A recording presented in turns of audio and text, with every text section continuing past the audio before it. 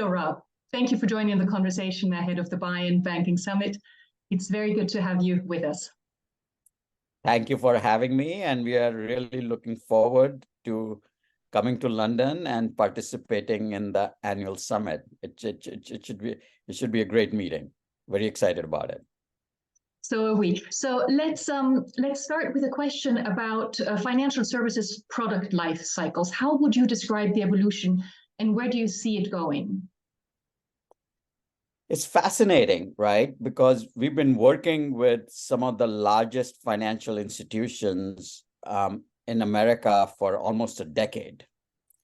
And as we have worked with these financial institutions, it has become very clear that what started off as just an idea is becoming now an imperative to survive. And the imperative to survive is that they have to deliver an amazingly personalized customer experience to each of the customers they're working with, because the environment that has changed so drastically for these customers that what they see when they buy a product at Amazon, they expect the same level of experience when they buy a product from these banking institutions.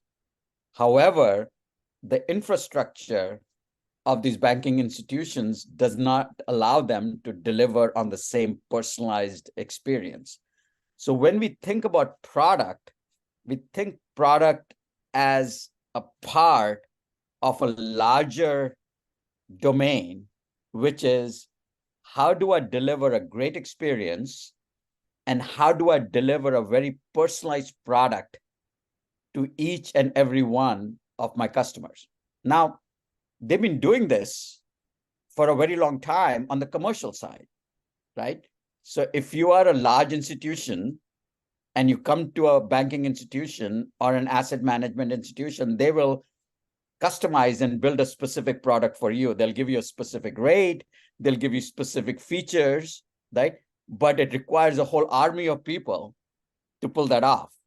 Now, how do you do that at scale for every customer is the problem they're trying to solve. So we're seeing that as an imperative.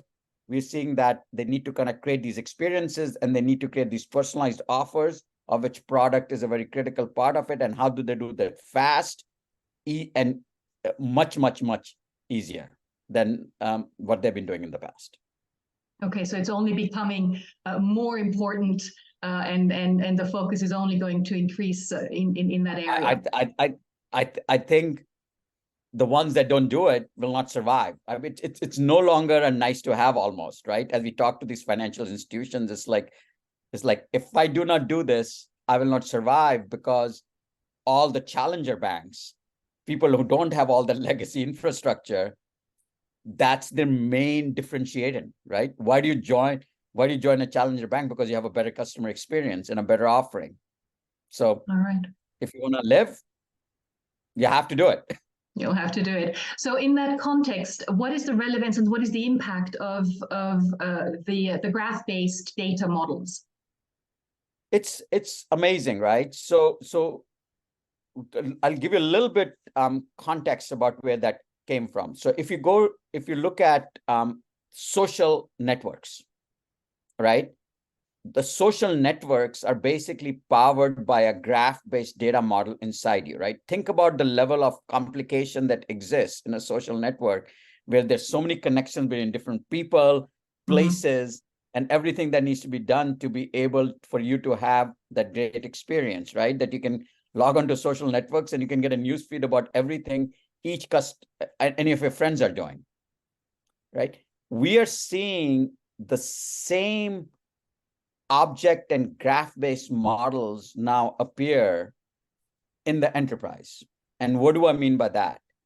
Initially, when people built product, pricing, offers, database, it was a very linear type of process, which is almost file-based, right? I have these products, like 5 products, and I'll have these 5 pricing mechanisms, and then I'll kind of create some level of combination to create some sort of offers and deliver them into the customer. as your number of products increase, the number of your number of products increase, your number of pricing models increase, your number of offerings increase in the marketplace, it becomes a very complicated ecosystem. Complexity. Right? Almost like a social graph, like many people were trying to, and it's even harder in a financial institution, right? Because if I make a change to any one of these nodes, right? I might change to a specific product, it's going to impact 10 to 20 different things within the enterprise. And right now, the only way for them to manage that is with an army of people and a lot of time, right? So we see this context of an object-oriented graph, which connects all your different entities, your products, your pricing, your offers, your campaigns into a connected graph. So if you make a change one place, it can be easily reflected across the rest of the graph. And that's what we feel is going to bring the level of personalization and speed that they need to go to market. So you will then, that enables everyone then to streamline and action that much faster. Now, you recently joined the BIAN network. What was the catalyst for that? And you're already getting very involved. What was the catalyst for that? And can you give us a little bit of an absolutely, idea how that absolutely. So we've been following BIAN for a very long time. We have had conversation with Hans over the years, right? However, one of the core tenets of the organization is that we only take on a few things. And when we do take on a few things, we want to be able to commit to kind of delivering on those things to the best capabilities as possible. And it's so easy in any organization to kind of spread yourself too thin. So we were not ready to really commit because we didn't know how we could add value to BIAN and the community as a whole. So we finally have come to the conclusion, we finally came to the conclusion that we are ready to bring something to BIAN and the community as a whole that can be a huge benefit. And so we decided to join. We became a platinum sponsor of your conference, and we are in the process of launching 2 working groups and the third one in the wings to bring that capabilities into the whole ecosystem. So we are launching a working group in helping set up the marketing business domain, and another working group on content and disclosures. So the idea behind the idea behind the marketing working group is that within an organization, they have, in some cases, hundreds of marketing technology providers. I mean, literally, I was so, like, we went through one of our top 3 banks who's a customer of ours, and there's something like 118 providers in their marketing tech stack.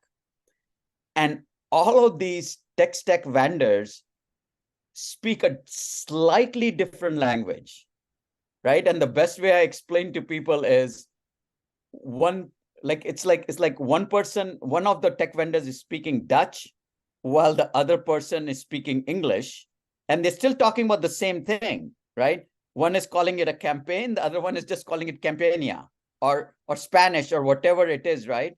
And then the only way for these people to talk is to have a human translation layer in the middle. That's it, I need a translator. So last couple of years, a lot of our customers came to us and said, hey, I need a standardization on nomenclature. I need a standardization on defining the business domain so I can actually get value out of all these investments I've made, because I'm not getting value out of the investments. So we have come up with a model that allows you to take product, pricing, offers, campaigns, and put it into a comprehensive model that you can use to then actually drive value within the organization. And we have done the same thing for disclosures, which is such a critical part of any banking institutions. So we feel now we can bring this together. And what's exciting is Wells Fargo, which is one of our customers, has agreed to be a founding member of this working group with us. So we are looking forward to kind of bringing these things we have developed over the past few years and bringing into the whole community at BIAN. Well, that sounds very interesting. I know that see, you are obviously ready for this, and I know that the community is definitely ready for you and waiting to hear more. And we will hear more in a few days' time now in London. So looking forward to reconnecting there. Thank you, Rab. Thank you so much for having me.